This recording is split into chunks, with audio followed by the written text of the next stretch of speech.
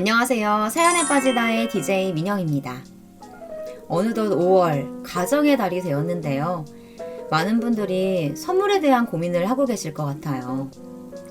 오늘의 사연자님도 선물로 인해서 마음고생이 굉장히 심하셨다고 하네요. 오늘의 사연 과연 어떤 내용일지 함께 만나보겠습니다.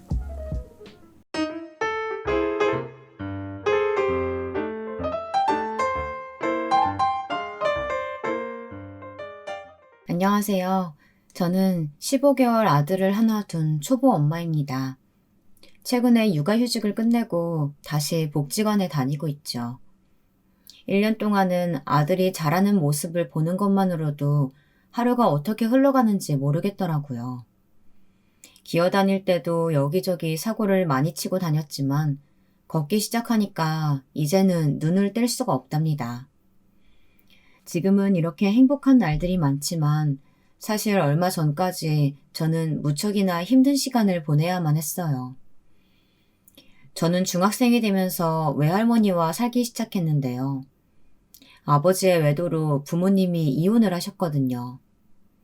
거기다 이혼이란 것을 쉽게 받아들이지 못한 어머니는 저를 외할머니 댁에 두고는 사라져 버렸죠. 다시 어머니의 소식을 듣게 된 것은 결혼을 하고 나서였답니다. 별다른 남동생이 복지관으로 찾아와서 돌아가셨다고 알려주었어요.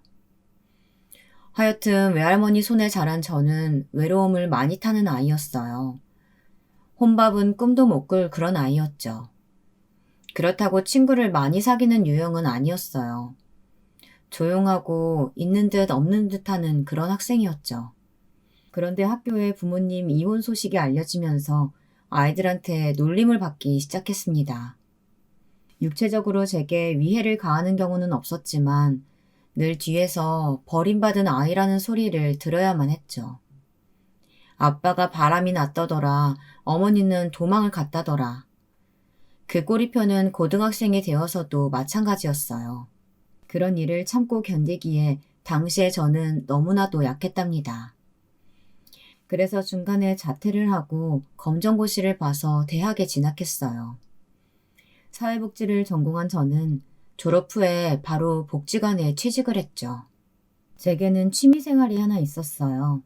복지관에 봉사활동을 오신 분들 덕분에 도예라는 것의 매력을 느꼈거든요. 차분하게 물레를 돌리고 있으면 복잡한 모든 것을 잊을 수 있었죠. 그래서 본격적으로 도예 공방을 다니고 있었습니다. 남편을 만난 곳도 바로 공방이었답니다. 늦은 시간에 와서 무언가를 열심히 만들고 가더라고요.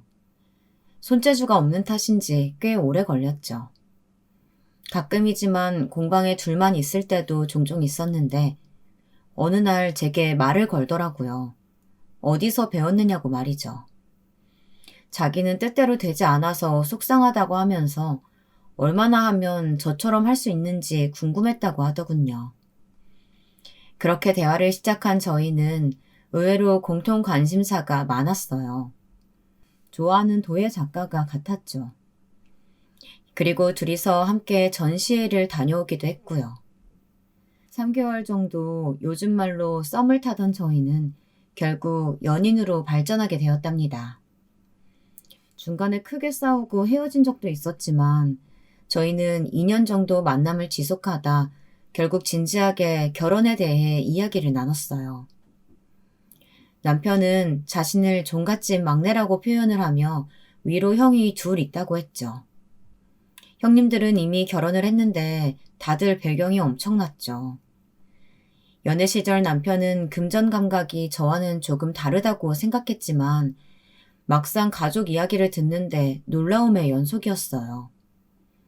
큰 아주버님은 가족 사업을 물려받으셨고 작은 아주버님도 회계사로서 큰 아주버님을 돕고 있었죠. 남편은 형들의 배려로 자신이 하고 싶은 일을 하고 있다고 하더군요. 저는 덜컥 겁이 났어요. 저를 마음에 들어 하시지 않으면 어떻게 하나 걱정이 되었죠. 학창시절 늘 저를 괴롭히던 사실들이 다시금 떠올랐어요. 당신 만약에 집에서 날 반대하시면 어떻게 할 거야? 부모님 일도 그렇고 학교도 그렇고 배경만 보자면 당신한테 나 어울리는 사람 아니잖아. 무슨 그런 쓸데없는 걱정을 해. 우리 어머니 얼마나 다정하신 분인데 사람을 그런 걸로 판단하실 분 절대 아니야. 그리고 내가 좋으면 상관없다고 하셨거든. 그러니까 걱정하지 마. 저는 남편의 말을 철석같이 믿었어요. 이런 사람의 어머니라면 남편의 말처럼 제 배경보다는 저를 봐주실 거라고 믿었죠. 하지만 막상 만난 시어머니는 전혀 달랐어요. 다정함과는 거리가 멀었죠. 찬바람이 쌩쌩 부는 얼굴로 저를 맞이해 주셨습니다. 시어머니께서는 몇 가지 제게 물어보시고는 불같이 화를 내셨어요. 검정고시? 사회복지학과? 세상에나. 어디서 이런 걸 데려와서는 소개를 시키는 거야? 너 제정신이야? 형들이 오냐오냐 해주니까 아주 지 마음대로구나. 시어머니는 제가 앞에 있다는 것도 잊은 사람처럼 남편을 닥달하셨어요. 오히려 당황한 쪽은 다른 식구들이었죠. 큰형님은 사람 앞에 두고 무슨 말씀이시냐고 나중에 하라고 하셨지만 시어머니는 막무가내셨습니다. 들으라고 하는 말이야. 우리나라에서 손에 꼽아주는 대학 수석으로 졸업해서 남들 다 아는 기업에 취직해서 승승장구하고 있는 막내가 저런 흔해 빠진 애 데려와서 결혼한다고 하는데 그럼 내가 좋은 말이 나오겠니? 아가씨는 무슨 배짱으로 우리 아들하고 결혼하겠다고 내 앞에 앉아 있어? 어? 말을 좀 해봐. 급기야 시어머니는 제게도 입이 있으면 말해보라고 하더군요. 솔직히 저는 머릿속이 하얗게 변해버려서 뭐라고 말을 해야 할지 갈피를 잡을 수가 없었어요. 제가 상상했던 모습 그 어디에도 그런 일은 없었거든요. 남편의 얼굴도 말이 아니었어요. 잔뜩 충격받은 모습이었죠. 어머니, 어떻게 그런 말씀을 하실 수가 있어요? 제가 좋아하는 사람이에요. 그런데 그런 사람을 앞에 두고 그런 끔찍한 말씀을 하시다뇨. 제가 좋아하는 사람이면 어머니도 좋다고 하셨잖아요. 그래, 네가 좋으면 나도 좋아하려고 했지. 네가 이런 어처구니 없는 애 데려올 줄 몰랐으니까. 트럭으로 가져와도 거들떠봐서는 안 될 여자를 내 앞에 데려온다고 누가 상상이라도 했겠어? 저는 더 이상 앉아서 듣고 있을 수가 없었어요. 그대로 자리를 박차고 일어나 빠져나왔죠. 학창시절 손가락질 받았을 때보다 더 마음이 아팠어요. 정신없이 나온 저는 남편의 목소리가 들렸지만 뒤도 돌아보지 않았습니다. 택시를 타고 나서야 제가 신발도 제대로 신고 있지 않다는 것을 알 수 있었죠. 집에 도착한 저는 폰을 끄고 한참을 울었어요. 시어머니에게 들었던 말이 머릿속에서 한없이 재생이 되고 있었죠.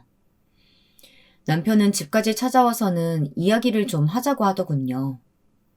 저는 할 말이 없다고 다시는 보지 말자고 했지만 남편은 그냥 물러날 기미가 보이지 않았어요. 결국 더 이상의 소란을 보고 있을 수는 없어서 문을 열어주었죠. 미안해. 우리 엄마가 그런 말을 하실 거라고는 생각하지도 못했어. 지금 너한테 사과하라고 어머니한테 말하고 나왔어. 진짜 미안하다. 필요 없어. 우리 결혼은 없던 걸로 하자. 나 자신 없어. 저를 향한 악의적인 시선과 말들을 참아가면서 남편과 결혼을 하고 싶지 않았죠. 남편은 저의 마음을 이해한다고 하면서 조금만 시간을 줄 수 없겠느냐고 말했어요. 자신은 꼭 저와 결혼을 하고 싶다고 하면서 말이죠. 저는 그만하고 싶다고 확실히 말했어요. 집안의 반대에도 결혼을 한다는 것은 오히려 저와 남편에게도 불행할 게 뻔한데 그 길을 가고 싶지 않았죠. 그런데 얼마 후 시어머니께서 복지관으로 절 찾아오셨어요. 제가 일하는 곳을 어떻게 아신 건지 너무 놀랐지만 우선은 시어머니를 모시고 근처 카페로 갔죠. 구석에 자리를 잡은 시어머니께서는 커피가 나올 때까지 한마디도 하지 않으셨어요.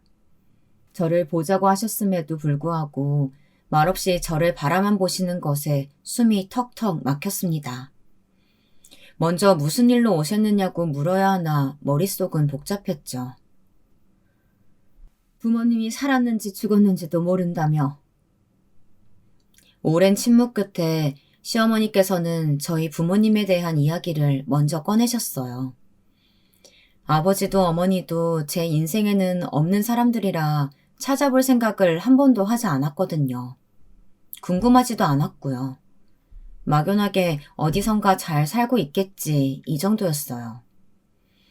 아버지란 사람은 신입사원이랑 바람나서 이혼을 요구했고 어머니란 사람은 자식 내팽개치고 도망을 갔고 맞니? 네, 사실입니다. 두 분이 어떻게 지내시는지는 저와는 상관없는 일이라서 찾아보지 않았습니다. 시어머니는 피식거리는 바람 빠지는 소리를 내시고는 가방에서 봉투를 하나 내미셨어요. 꽤나 두툼했죠. 순간 영화나 드라마에서나 보던 상황이 그려졌어요. 정말 이런 일이 있기도 하구나 싶더라고요. 진부하지만 어쩔 수 없지. 이거 먹고 그냥 우리 아들 포기해요. 아가씨 같은 사람이 넌 볼 사람이 아니야. 제대로 된 가정에서 자라지도 못했어. 교육 수준은 더더욱 말해 뭐해. 그런 사람이 우리 아들과 결혼해서 아이를 낳고 키운다고? 말도 안 되는 소리. 모욕적인 말들이 제게 쏟아졌어요. 저는 역시나 결혼을 하지 않기로 한 것이 정답이었구나 싶었죠. 저는 봉투를 시어머니 쪽으로 밀었습니다. 이런 돈 아니어도 결혼할 생각 없습니다. 넣어두세요. 하지만 시어머니는 제 쪽으로 다시 봉투를 밀면서 나중에 후회하지 말고 줄 때 챙기라고 하셨어요. 저는 고개를 들어 똑바로 시어머니를 바라보았어요. 시어머니는 저를 향한 경멸의 시선을 조금도 숨길 생각이 없어 보였어요. 저는 이런 돈은 전혀 필요 없다고 확실하게 말씀드렸죠. 이렇게 말하고 나중에 우리 집에 기어들어올 생각이잖아. 그냥 서로 깔끔하게 돈 주고 받고 각 썼어. 2번 다시 내 아들 앞에 나타나지 않겠다고. 저는 더 이상은 듣고 있을 수 없었어요. 시어머니 보는 앞에서 남편에게 전화를 걸었죠. 그리고는 스피커폰으로 하곤 남편에게 우리는 절대 결혼하지 않을 것이라고 말했죠. 남편의 다급한 목소리가 들렸지만 저는 바로 전화를 끊었어요. 시어머니께서는 무척이나 만족스러운 얼굴을 하시고는 커피값은 본인이 내겠다고 하면서 나가버리셨죠. 혼자 남은 저는 쉬지 않고 울리는 폰을 무시하고는 한참을 탁자 위에 놓인 돈만 보고 앉아 있었어요. 그리고는 헤어지는 것이 맞다고 스스로를 다독였죠. 아무리 남편을 사랑해도 이건 아니라고 정신을 차리자고 말이에요. 하지만 남편은 저와 전혀 다른 생각을 가지고 있었어요. 헤어지는 것은 말도 안 된다는 쪽이었죠. 저는 시어머니가 찾아와서 제게 한 말을 전해주며 이런 소리까지 들으면서 결혼하고 싶은 생각이 없다고 했어요. 남편은 사색이 되어서는 자신의 어머니가 찾아와 돈을 건넸다는 사실을 받아들이지 못했죠. 저는 돈봉투를 건네며 다시는 보지 말자고 선을 그었어요. 그렇게 저희는 헤어졌죠. 며칠은 힘들었어요. 결혼하고 싶은 사람은 그 남자가 처음이었으니까요. 그와 동시에 어린 시절의 고통을 상기시키는 시어머니의 말들이 제 속을 불편하게 만들었죠. 저는 노력하면 충분히 잊을 수 있다고 생각했어요. 그런데 현실은 그렇지 못했죠. 거기다 더 심각한 일도 벌어졌고요. 팔다리가 아프면서 온몸이 자꾸 떨리는 것이 몸살이 걸린 것 같더라고요. 그래서 병원에서 감기약을 처방받고 나오는데 불현듯 제가 월경을 아직 하지 않은 것이 생각났죠. 설마 그런 일이 있겠느냐고 스스로를 다독였지만 마음 한구석은 자꾸만 불안했어요. 결국 약국에서 테스트기를 사서 남몰래 확인을 했죠. 임신이었습니다. 분명 조심했었는데 왜 이런 일이 일어났는지 모르겠더라고요. 이미 헤어진 사이에 아이를 가졌다는 이야기는 절대 할 수 없었죠. 저는 아이를 어떻게 해야 하나 혼자서 며칠을 고민했어요. 머릿속으로는 지워야 한다는 것을 알고 있었지만 병원에 가서 지우겠다는 말을 못하겠더라고요. 거기다 산부인과에서 임신인 것을 확인하고 나니 더 망설여졌죠. 그런데 남편이 어떻게 알았는지 먼저 전화가 왔더라고요. 도저히 노력해도 저와 헤어질 수가 없다고 말이죠. 그런 남편의 모습에 마음이 약해진 저는 결국 임신 사실을 솔직히 말했습니다. 처음 제 이야기를 들은 남편은 귀를 의심하면서 정말이냐고 묻더니 한동안 말이 없었어요. 저는 남편의 반응에 입안이 바싹바싹 타들어가는 기분이 들었죠. 시간이 얼마나 흘렀을까요? 저는 더 이상의 침묵을 견디지 못하고 남편에게 지울 생각이라고 마음에도 없는 말을 먼저 꺼냈죠. 그제야 남편은 무슨 소리냐고 펄쩍 뛰면서 당장 혼인신고부터 하자고 하더라고요. 내가 아빠가 된다니 믿을 수가 없어. 진짜 이게 꿈은 아니지? 어머니는 어떻게 할 거야? 이 사실을 안다고 해도 여전히 반대하실 텐데. 그 부분은 걱정 마. 사실 어머니한테 반쯤은 허락받은 상태야. 형들도 형수들도 다들 내 편 들어주셨거든. 그래서 너한테 생각 돌려달라고 말하러 온 거였어. 근데 임신이라니 우리 아이가 복덩이다. 진짜 너무 좋다.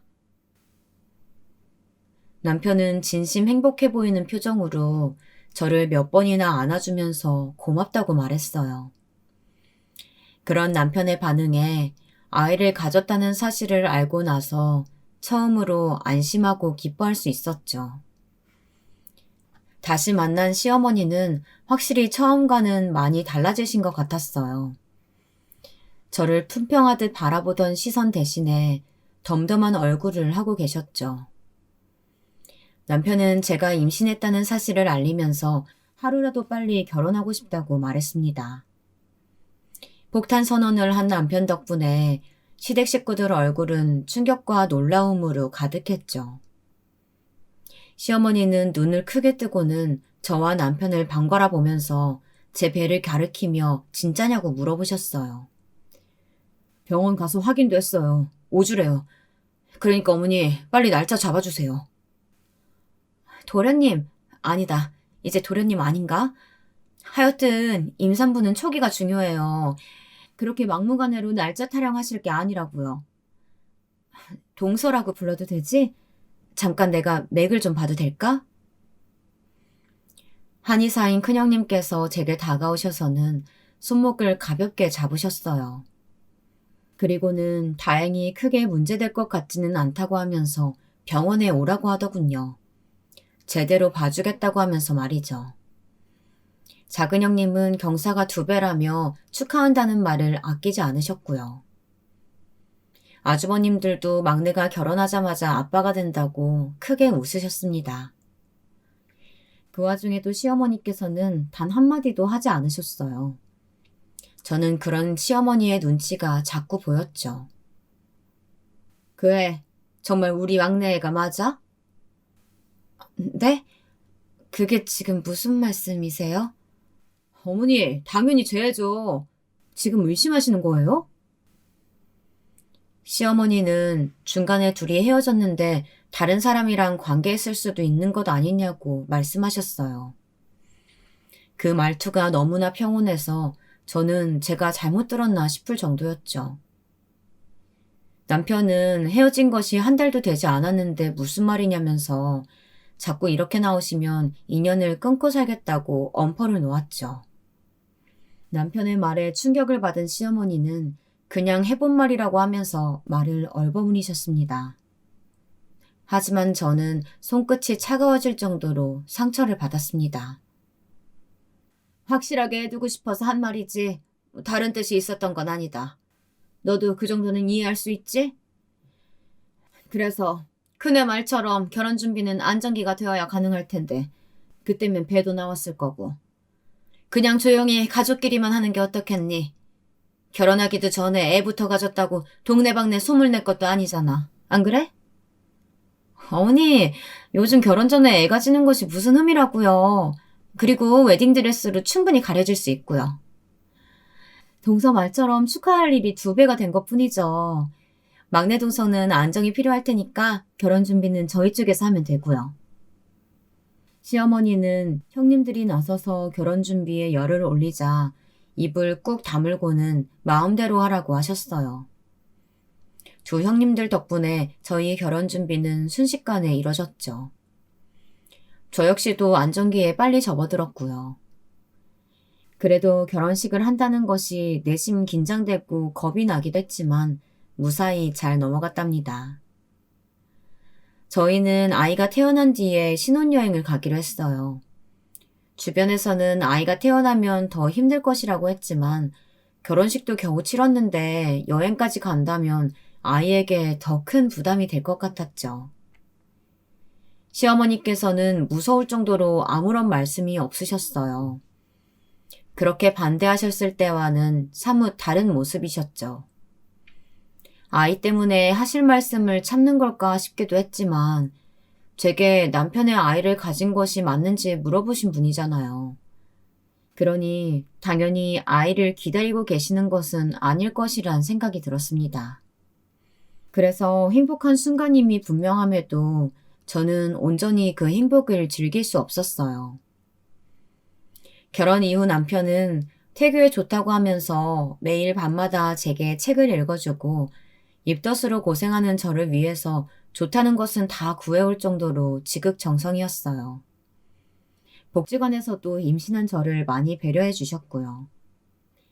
결혼한 지 1달 정도 지났을까?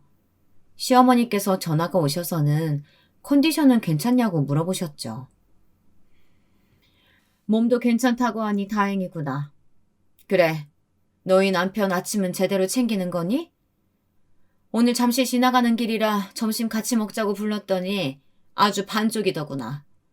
내가 아들새 키우면서 아침을 단 한 번도 거른 적이 없어. 그래서 밥은 꼭 먹고 나가야 되는데 너 제대로 하고 있니? 그이가 시리얼이면 충분하다고 해서 아침은 샐러드랑 시리얼 챙기고 있어요. 시리얼? 샐러드? 밖에서 힘든 일 하는 남편 아침을 고작 그런 걸로 챙긴단 말이야? 네가 보고 배운 것이 없어서 잘 모르는 모양인데 그런 걸 아침이라고 준비하면 어쩌자는 거야. 그러니까 애 얼굴이 반쪽이 되지. 음식을 못하면 좀 배우던가. 만삭이라고 못 움직이는 것도 아니고 결혼했으면 응당 남편 아침 정도는 제대로 챙겨야 될 거 아니야. 그런 생각도 없니? 저는 그저 그이가 아침 가볍게 먹고 싶다고 해서 원하는 대로 준비했을 뿐이에요. 그동안 아침 그렇게 챙겨 먹었다는 이야기를 한 번도 한 적이 없어서 몰랐고요. 앞으로는 챙겨보겠습니다. 시어머니께서는 두고 보겠다는 말씀을 하시더니 인사도 없이 전화를 끊어버리셨죠. 속이 상하기는 했지만 어머니라는 입장에서 충분히 하실 수 있는 걱정이라고 생각하기로 했어요. 하지만 그게 끝이 아니었죠. 시어머니는 그날 이후 매일같이 오전에 전화를 하셔서는 아침을 어떻게 챙겨 보냈는지 물어보셨어요. 심한 날은 사진으로 보내보라고 하기도 하셨죠. 남편은 갑자기 바뀐 아침상이 부담스럽다고 말하면서 그냥 샐러드를 먹겠다고 하더라고요. 저는 남편에게 시어머니와의 대화를 전달하고는 매일같이 전화 오시는데 어떻게 하느냐고 물었죠. 아, 진짜 어머니도 참. 청소년기야 돌아서면 배고프고 해서 아침 챙겨 먹었지. 대학 시절에는 줄곧 샐러드만 챙겨 먹었는데 무슨 말씀을. 신경 쓰지 마. 내가 해결할게. 전화 와도 받지 말고 그냥 넘겨. 아, 참나. 다음날 또 걸려온 전화에 저는 남편이 샐러드를 먹고 싶어 해서 앞으로는 따로 상을 차리지 않기로 했다고 당당하게 말씀드렸어요. 시어머니야 당연히 제가 헛소리를 한다고 몰아붙이셨죠.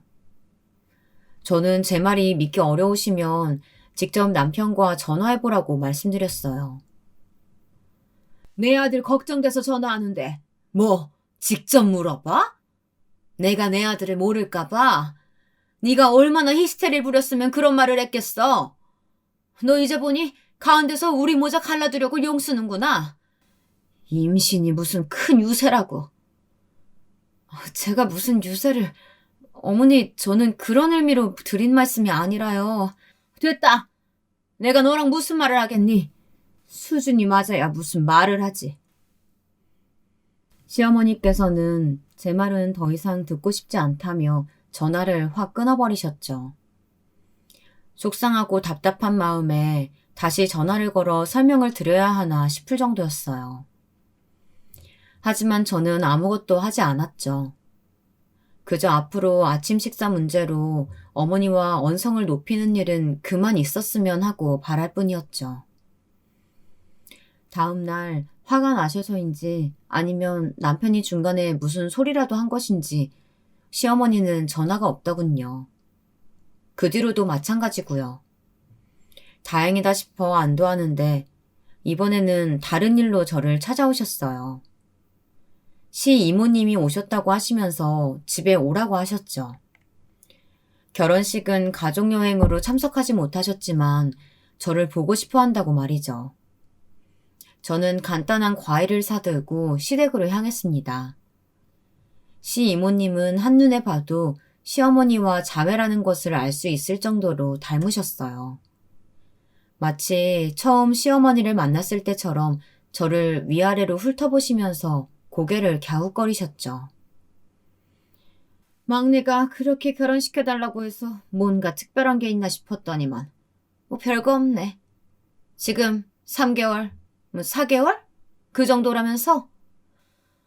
뭐 그렇지. 세아가, 너는 배 나올 시기도 아닌데 집에서 얼마나 챙겨 먹기에 살이 쪘니? 남들은 입덧한다고 살 빠지니 어쩌니 하는데 아주 잘 챙겨 먹나 보다? 사실 입덧으로 고생한다고 살이 많이 빠져서 걱정이었는데 시어머니께서는 역으로 살이 쪘다고 타박이셨어요. 마지막에는 남편은 말라가는데 잘하는 짓이라는 소리도 붙이셨죠. 시 이모님은 임산부가 살이 찌는 것은 당연하지만 아직 그럴 단계는 아니지 않느냐고 맞장구 치셨고요. 살이 오히려 7kg 정도 빠졌는데 보기에는 아닌가 봐요, 어머니. 제 말에 시어머니께서는 헛기침을 하시면서 화제를 돌리셨어요. 저는 과일을 씻어오겠다고 말하며 주방으로 들어갔어요. 거실에서는 시어머니와 시 이모님이 한창 이야기를 나누고 계셨죠. 두 분의 대화 주제는 대부분 저에 관한 것들이었고요. 시어머니께서 하소연을 하시면 시 이모님이 달래주는 순서로 끊임없이 이어지고 있었죠. 마치 제가 들었으면 한다는 듯이 목청껏 소리를 지르면서 이야기를 나누시는데 한숨이 나오더군요. 저의 가족사부터 시작해서 제가 검정고시를 치른 것까지 시어머니께서는 저의 모든 것을 시 이모님께 말씀드리고 계셨어요. 그때마다 시 이모님은 막내가 너무 아깝다라던가 무슨 수를 쓴 거 아니냐 등 평소 시어머니께서 제게 해오셨던 말들을 그대로 하고 계셨죠. 과일을 깎으면서 듣고 있자니 정말 두 분이 친자매가 맞기는 하구나 싶었습니다. 과일을 가지고 거실로 나가자 갑자기 시 이모님께서 제게 내일 시간이 있느냐고 물어보셨어요. 저도 복지가는 쉬는 날이라서 딱히 다른 일이 있는 것은 아니라고 말씀드렸죠. 내일 집에 손님이 오기로 했는데 일손이 부족해서 요리 솜씨가 좋다고 하는 것 같던데 와서 좀 도와주렴. 요리요? 손님이요? 근데 제가 입덧이 심해서요. 집에서도 주방에 잘 안 들어가거든요. 주방에 안 들어가? 그럼 너희 남편은 어쩌고 있니? 굶기는 거야? 그럴 리가요. 반찬 가게에서 사오기도 하고 크게 자극적이지 않은 선에서 음식 준비는 하고 있어요. 그럼 와서 좀 도와줘. 거창한 걸 바라는 거 아니니까. 손이 부족해서 그래. 일하는 아주머니 혼자 하기에는 벅차잖아. 급기야 시이모님은 며느리가 되어서 이런 것도 하나 도와주질 못하느냐며 화를 내셨고, 결국 저는 당일 찾아뵙겠다고 약속을 드려야만 했죠. 약속을 하면서도 뭔가 불안한 마음은 계속 들었어요. 하겠다고는 했지만 무슨 일이라도 일어날 것만 같았거든요. 그리고 그 불안감은 정확하게 맞아떨어졌죠. 시이모님 집에 도착해서 저는 멍하니 주방만 보고 서 있을 수밖에 없었어요. 일하는 아주머니를 도와주기만 하면 된다고 하셨으면서 막상 찾아가니 일하는 아주머니는커녕 아무도 없었죠. 시이모님은 갑자기 오늘 아주머니가 몸이 아파서 못 온다고 연락이 왔다면서 시간이 부족하니 빨리 준비하라고 다그치셨어요. 저는 혼자서는 절대로 할 수 없다고 말씀드렸지만 시이모님은 그런 말할 시간이 있으면 어서 준비나 하라고 하셨죠. 당장이라도 다 내팽개치고 나오고 싶었지만 저는 결국 준비된 재료로 정신없이 요리를 하고 말았답니다. 손님이 온다는데 그냥 나올 수가 없겠더라고요. 제 사정을 어떻게 아셨는지 곧 작은 형님이 오셔서는 이게 무슨 일이냐고 화를 내셨죠. 둘째, 너는 여기를 어떻게 알고 왔어? 그이가 이모님 잘 도착하셨냐고 하기에 인사차 들렸죠. 근데 이게 다 무슨 일이에요? 이 많은 음식들을 어떻게 동서 혼자서 할 수 있다고 일을 시키세요? 홀몸도 아닌데. 동서 그만하고 일어나.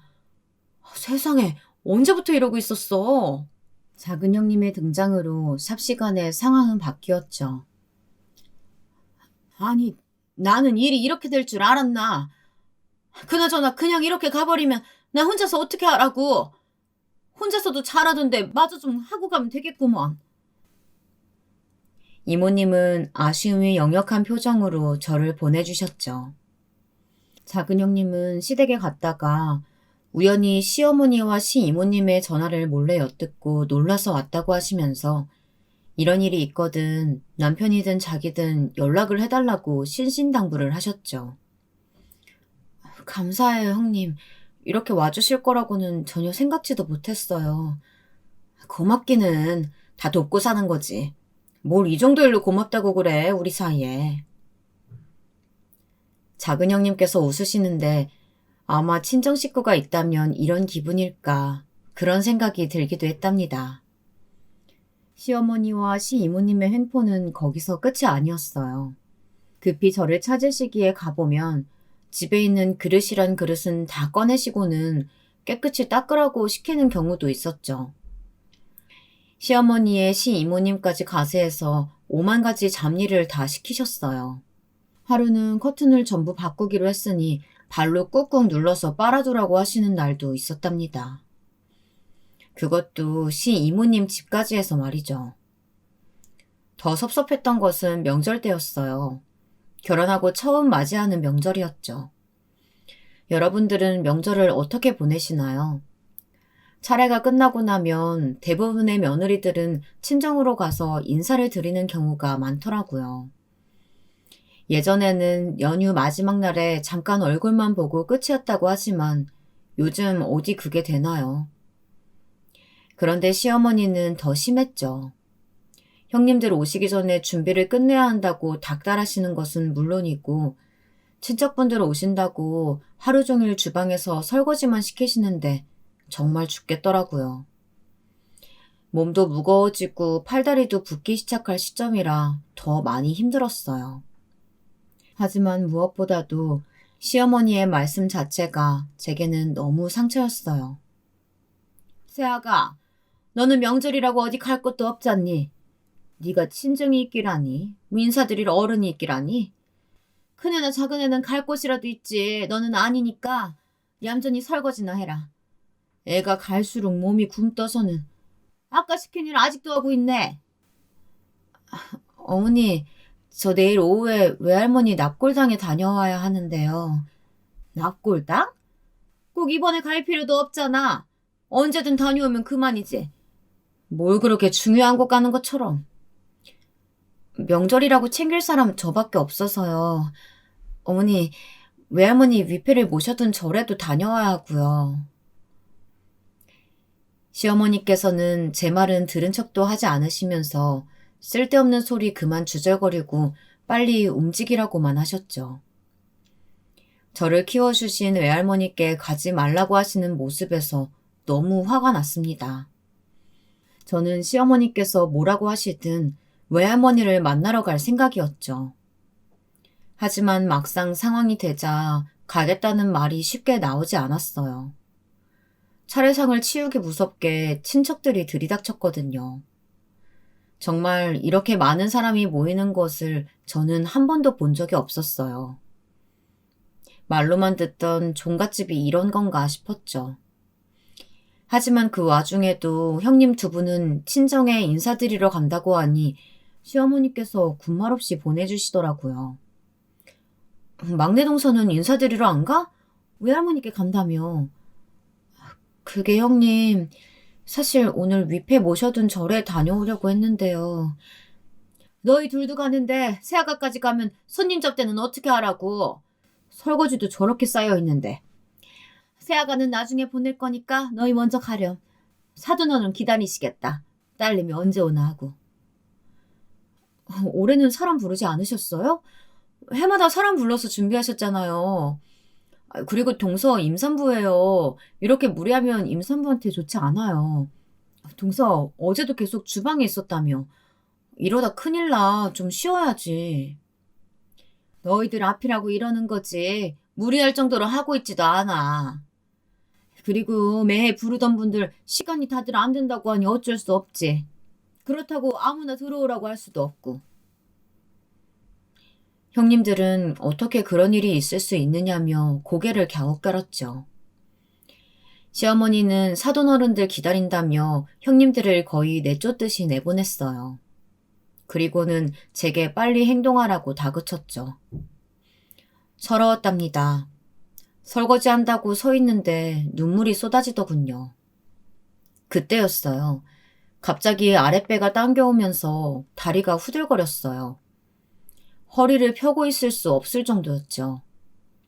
저는 손을 떨며 겨우 앞치마를 넣어둔 폰을 꺼내서 남편에게 전화를 걸었어요. 신호가 가고 남편의 목소리가 들렸지만 저는 고통에 한마디도 할 수 없었죠. 곧 남편이 주방으로 들어오며 저를 찾는 소리가 들렸어요. 저는 있는 힘껏 소리를 질렀지만 제 입에서는 알 수 없는 괴성만 들렸죠. 다행히 제 소리를 들은 남편이 나타나 저를 보고 깜짝 놀라며 당장 병원으로 가자고 했어요. 남편의 소리에 나타난 시어머니는 제 상태를 보고 많이 놀라신 것 같았어요. 저는 남편과 함께 재빨리 병원으로 향했습니다. 응급실에서 안정을 되찾은 저는 며칠 입원해서 경과를 보자는 소리를 들었습니다. 남편은 외할머니께 가야 한다는 제 말에 밖에서 준비를 마치고 기다리고 있었다며 무슨 일이 있었느냐고 묻더군요. 어머니한테도 너랑 절에 간다고 말씀드렸는데 안 나와서 걱정하고 있었어. 어머니께 말했어? 우리 간다고? 남편은 시어머니께서 늦은 오후에 출발하는 것이 어떻냐고 말씀하셨지만 차가 막힐 수 있어서 곤란하다고 말했더니 곧 나올 것이라고 말씀하셨다는 거예요. 저는 기가 막혔죠. 남편에게 사실대로 이야기를 했어요. 물론 친정도 없는데 어딜 가느냐고 하셨던 것은 빼고 말이죠. 그 말까지 제 입으로 하기에는 속상했거든요. 남편은 한숨을 내쉬며 자신이 챙겼어야 했는데 미안하다고 하더군요. 이모하고 어머니가 또 자꾸 불러내는 것 같아서 내가 어제 한 소리 했거든. 임산부인데 너무하는 거 아니냐고. 어머니가 힘든 일 부탁한 적은 없다고 하면서 임산부라고 가만히 있으면 오히려 몸에 더 나쁘다고 적당한 운동이라고 큰 소리 치셔서는 엄마랑 한바탕 했어. 미안해. 다 나 때문이야.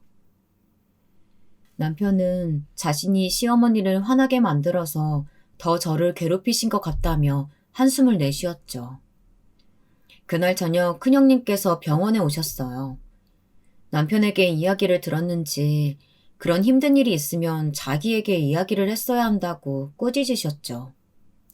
앞으로는 두 분이 막내동서 불러서 일 시키는 일 없을 거야.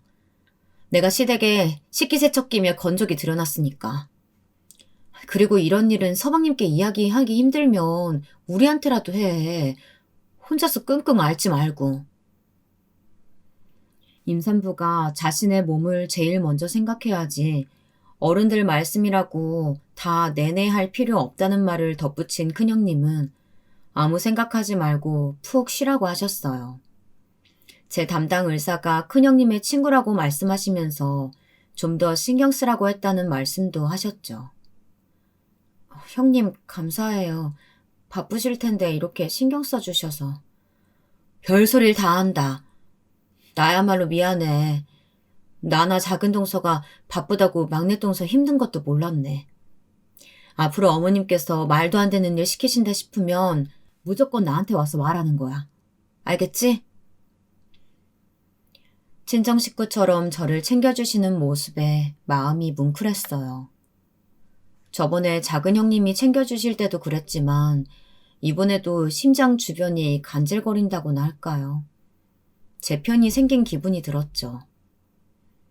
명절 이후 한 번도 시어머니께서는 연락도 없었어요. 제가 안부 인사 드린다고 전화를 드려도 짧게만 대답하시고는 전화를 끊어버리셨죠. 그 사이 제배도 제법 임산부태가 날 정도로 불렀어요. 저는 태어날 아이를 위한 준비로 정신이 없었죠.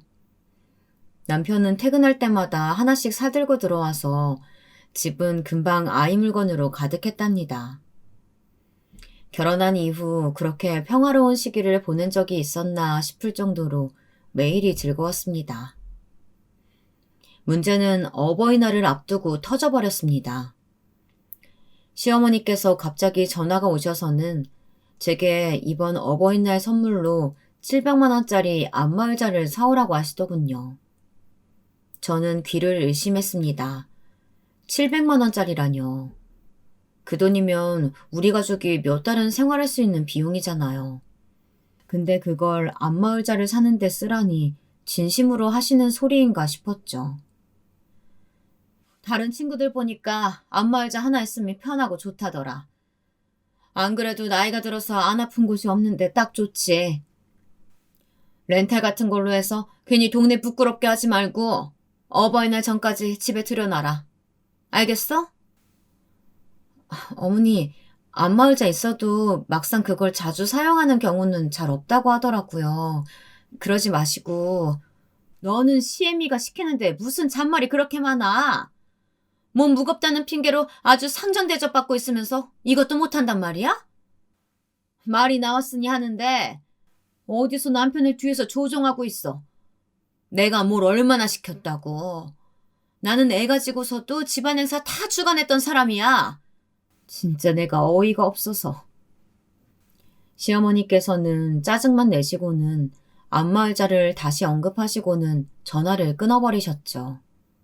그동안 연락이 없던 것이 남편 덕분이었다는 사실에 저는 고마운 마음이 들면서도 한편으로는 출산 이후 시어머니의 등살을 어떻게 견뎌야 할까 걱정부터 되었답니다. 저는 형님들께 이 상황을 어떻게 하는 것이 좋을지 의논했어요. 형님들도 쓸데없는 것을 집에 사들이려 한다고 하시면서 시어머니께 따로 이야기해보겠다고 하셨죠. 그리고는 제게 다른 선물을 준비하라고 하면서 시어머니께서 평소 즐기시는 브랜드 몇 군데를 알려주셨어요. 너무 부담스러운 것은 필요 없으니 적당히 고르라는 말과 함께요. 저는 시어머니께서 마음에 들어 하실 만한 스카프와 가방을 골랐답니다. 어버이날 남편은 갑자기 야근을 하게 되었다며 저더러 먼저 시댁에 가 있으라고 했어요. 혼자 일찍 가서 시어머니와 있을 자신이 없어서 형님들 도착 시간에 맞춰 시댁으로 향했죠. 그나마 시댁에서 제일 가까운 곳에 저희가 있다 보니 당연히 제가 먼저 도착을 했고요. 시어머니께서는 저를 보자마자 소리부터 지르셨어요. 너는 내가 만만하니? 내 말이 우스워? 내가 분명 안마의자 집에 들여놓으라고 했지? 근데 이게 뭐냐? 안마의자는 어디 갔어? 어머니, 그때도 말씀드렸지만 700만 원씩 하는 안마의자가 집에 필요가 없을 것 같아서요. 형님들도 그렇게 말씀하시고 그래서 다른 선물로 준비했으니까 마음 푸세요. 내가 사달라는데 필요하니 어쩌니 누가 그런 소리를 해. 아주 형님들 뒤에서 숨어서 아주 잘하는 짓이다. 시어머니께서는 손에 들고 있던 효자손을 휘두르기까지 하시며 화를 내셨죠. 저는 깜짝 놀라서 뒷걸음을 쳤지만 오히려 그 모습이 더 시어머니를 화나게 만들었던 것 같아요. 시어머니께서는 어디서 피하냐며 더 격하게 효자손을 휘두르셨죠. 결국 저는 딱소리가 날 정도로 머리를 맞을 수밖에 없었어요. 정말 별이 보일 정도로 아프더군요. 큰 소리에 시어머니도 흠칫 놀란 표정이셨어요. 하지만 시어머니의 분노가 가라앉지는 않았죠. 그때였어요. 어머니, 지금 뭐 하세요? 동서한테 뭘 휘두르고 계시는 거예요? 막 집에 들어오시던 작은 형님이 제가 맡고 있는 모습을 보신 건지 빠른 걸음으로 다가오셔서는 저를 살펴보셨죠. 저는 다친 곳은 없다고 말씀드렸지만 작은 형님은 아랑곳하지 않으셨어요. 설마 안마의자를 이러시는 거예요? 제가 말씀드렸죠. 큰형님도 말씀드렸고요. 그런 안마의자보다는 병원에서 치료를 받으시라고 말이에요. 형님이 언제든 한의원에 오시면 된다고 말씀하셨을 텐데 왜 이러세요 진짜? 내가 뭘 했다고 그러니? 둘째, 내가 너 그렇게 안 봤는데 설마 막내를 때렸겠니? 두난 막내가 얼떨결에 맞은 걸 가지고 왜 큰 소리야 큰 소리가? 저는 어처구니가 없었어요. 방금까지 피한다고 화를 내시던 분이 형님 앞이라고 말을 바꾸시는 모습이 이제는 역겨울 지경이었어요. 하지만 작은 형님은 휘두르는 모습을 처음부터 봤는데 무슨 소리냐고 하시면서 제게 이렇게 서 있지 말고 앉으라고 하셨죠. 시어머니께서는 당황하신 듯 헛기침을 하시면서 작은 형님이 잘못 본 것이라고 둘러대셨지만 어림도 없었죠. 곧 큰형님을 포함해서 다른 식구들이 도착했어요. 작은 형님은 이때다 싶으셨는지 조금 전의 일을 그대로 말씀하셨죠. 어머니, 정말 너무하시네요. 이 사람이 말려서 참고 있었는데 재수씨가 뭘 그렇게 잘못했다고 매번 이러세요. 그동안 이렇게 하신 적 한 번도 없으셨잖아요. 너희는 내가 뭘 어떻게 했다고 나한테만 난리야? 그럼 모자란 며느리 가르치지도 못하니? 이대로면 어디 내보이기도 무서울 정도인데 뭐라도 인간 만들어야 될 것 아니야. 안마의자 안 샀다고 효자손 휘두르시는 게 도대체 무슨 교육이란 말씀이세요? 말도 안 되는 소리 하지 마세요, 어머니. 큰형님의 말씀에도 시어머니께서는 며느리들이 작당했다며 이게 다 제 탓이라고 하셨죠. 제가 들어오고 나서 집안에 시끄러운 일들이 계속 일어나고 있다고 말이에요. 순간 울컥하더군요. 제가 도대체 뭘 잘못했다고 제 탓만 하시는 건지 따져 물었습니다. 시어머니는 더 날뛰시면서 제게 손가락질을 하셨죠. 봐, 저 애가 저렇다니까? 그걸 어떻게 모른다고 할 수 있어? 가정교육을 제대로 받기를 했니? 그렇다고 학교를 제대로 다니기를 했어. 말 그대로 실패한 인생만 살아온 인간이 우리 아들 같은 남자 잡아가지고 팔자 펴보려고 아주 덜컥 아이까지 가졌으면서 납작 엎드리지는 못할 망정이지. 어디서 고개를 빳빳하게 들고 다녀? 그래서 내가 그 더러운 근성 고쳐주려고 하니까 아예 내 아들을 조정해가지고 모자 사이를 갈라놓고 형님들까지 자기 손바닥 위로 올려놓고는 이리저리 휘두르고 이래서 사람 들일 때 신중해야 한다는 거야. 아이고, 내가 죽어서 애들 아빠 얼굴을 어떻게 보라고. 아이고. 시어머니의 말씀이 이어질수록 가족들의 얼굴은 딱딱하게 굳어갔어요. 큰형님은 길게 한숨을 내쉬고는 작은 형님과 눈짓을 주고받으셨죠. 진짜 제가 참고 있으려고 했는데요, 어머니. 지금 누가 누구한테 손가락질 하는지 모르겠네요. 어디 어머니께서 과연 막내 동서에게 훈계하실 자격은 되세요? 당황한 시어머님께서 형님을 바라보시며 방금 뭐라고 했느냐고 되물으셨어요. 엄청나게 충격을 받은 듯한 모습이었죠. 큰형님께서 가방에서 봉투를 하나 꺼내시더니 시어머니께 열어보라고 하셨어요. 꽤 오랫동안 가지고 다니신 건지 봉투에 주름이 많이 갔더라고요. 시어머니께서 봉투 안을 열어보시고는 사색이 되시더라고요. 저는 도대체 안에 뭐가 들어있길래 시어머니 얼굴이 저렇게 변하셨는지 궁금했습니다. 시어머니께서는 손을 부들부들 떨기까지 하셨어요. 큰형님은 그런 시어머니 손에서 봉투를 빼서는 아주버님께 전달했죠.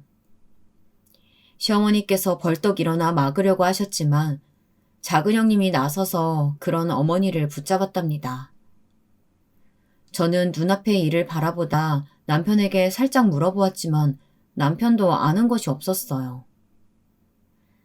큰 아주버님은 봉투 안의 것을 거실 탁자 위로 쏟아내셨어요. 시어머니는 물론 시 이모님까지 찍힌 사진과 서류들이 보였죠. 사진을 자세히 보니 찍혀있는 사람이 시어머니와 시이모님뿐이 아니더군요.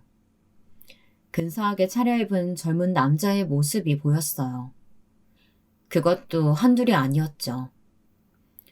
시어머니는 재빨리 사진들을 모으려고 했지만 이미 늦었답니다. 별거 아니니까 신경 쓰지 말고 이리 내놔. 아무것도 아니다. 잠깐만요, 어머니. 여보, 이게 다 뭐야? 당신 이 사진 어디서 난 거야? 사진만 보지 마시고 이 서류도 좀 봐주세요. 이게 그 답이 될 테니까요. 심각한 얼굴로 서류를 넘겨보시던 아주버님 두 분의 얼굴이 점점 벌겋게 달아오르더니 나중에는 붉어지다 못해 검게 변할 정도였어요. 남편이 다른 서류를 슬쩍 보더니 마찬가지로 얼굴이 붉게 변하더군요. 어머니, 이게 다 사실이에요? 호스트바를 다니셨어요? 이모랑? 지금 제정신이세요? 호스트바라니. 전혀 생각지도 못한 소리에 저는 사진을 다시 살펴보았어요. 확실히 남자들의 모습이 호스트바에서나 볼 수 있을 법한 얼굴이기는 했죠. 그건 그냥 너희 이모가 가보자고 해서 한번 가봤던 거야. 한 번이요? 한 번 가셨는데 이 많은 돈이 어디서 나셨는데요? 회사 손에 지금 손대셨잖아요. 횡령이라고요, 횡령. 횡령이 얼마나 무거운 범죄인지 모르실 분도 아니면서 왜 이런 행동을 하신 거예요? 저는 횡령이란 말에 눈이 튀어나올 것처럼 놀랐어요. 시어머니께서 회사 돈을 마음대로 쓰셨다는 사실도 사실이지만 그 금액이 입이 떡하니 벌어질 정도였죠.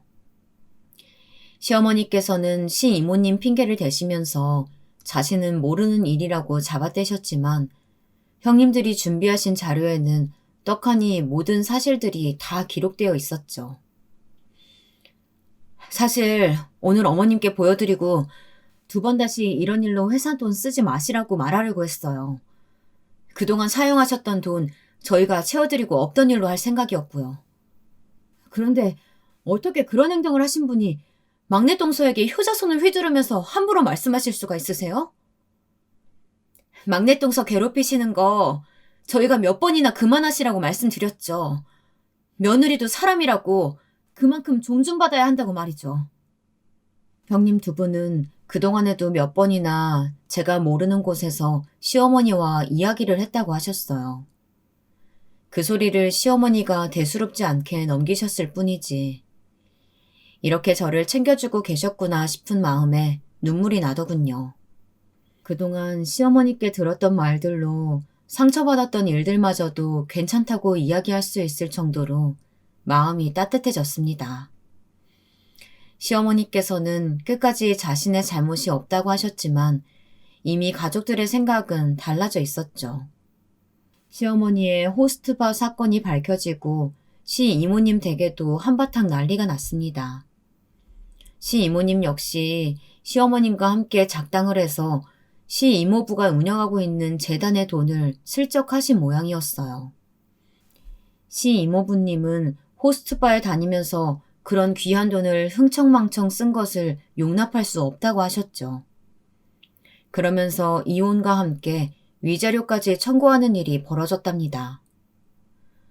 물론 시어머니도 이 일을 그냥 넘어가지는 못하셨어요. 집안 어른들까지 이 일을 아시게 되시면서 아주 난리도 이런 난리가 없었답니다. 어른들은 이런 일이 어떻게 일어날 수 있느냐고 하시면서 횡령에 관해서는 경찰에 신고해야 한다고 강하게 나오셨어요.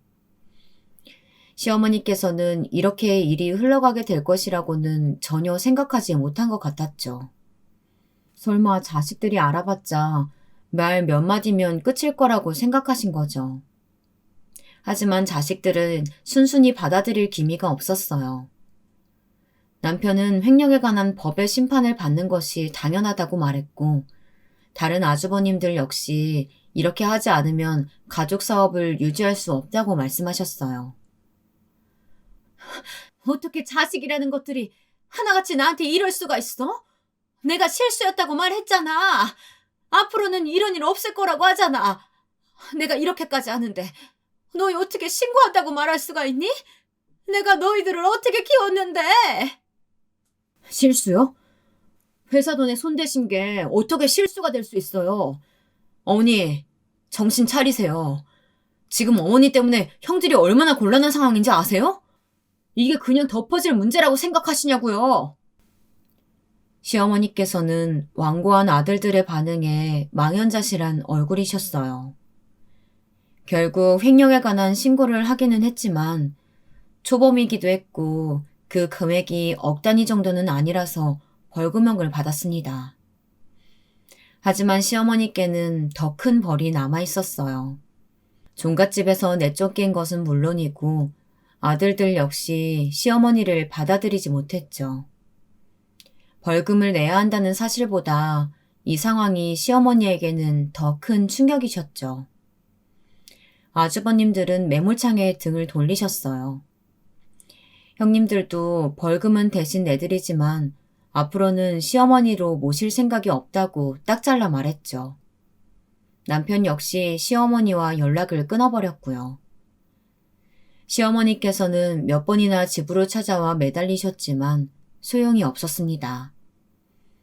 저는 이런 상황 속에서도 출산을 했고 조리원을 나와서도 아이를 케어한다고 시어머니에 대한 이야기는 더 이상 듣지 못했습니다. 언제부턴가 집안에서는 시어머니에 대한 이야기가 금기시 되었죠.